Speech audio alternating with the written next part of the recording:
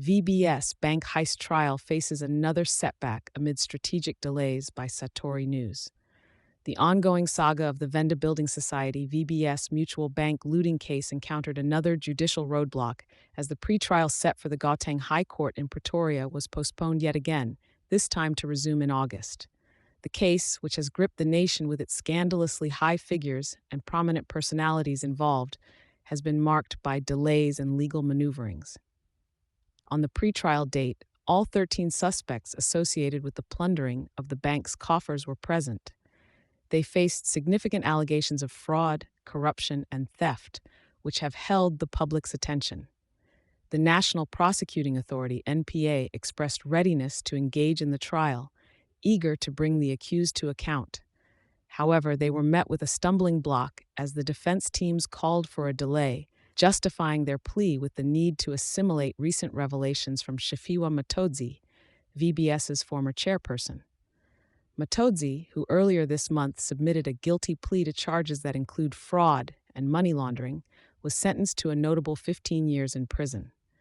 His lengthy affidavit, running 70 pages, which subsequently surfaced in the public domain, intricately detailed the embezzlement processes leading to at least R2.2 billions diverted from VBS funds.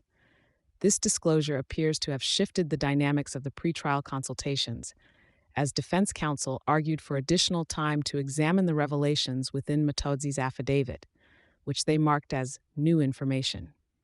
In the view of the NPA, however, this request was deemed needless. NPA national spokesperson Mthunzi Mhaga reflected a sense of frustration and urgency when he indicated the defense had ample time for consultation with the accused based on the information they received from the state.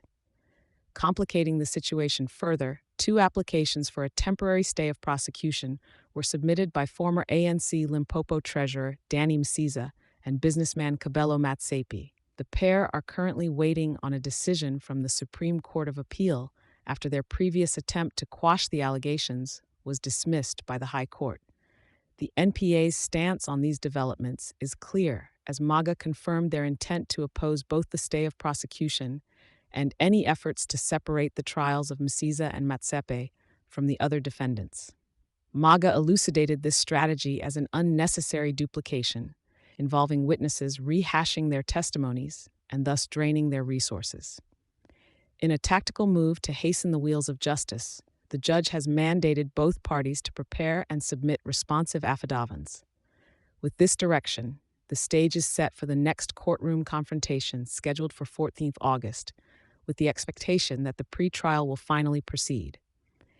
In the interim, the NPA's response to these events will be closely watched, as will the defense's next legal maneuver.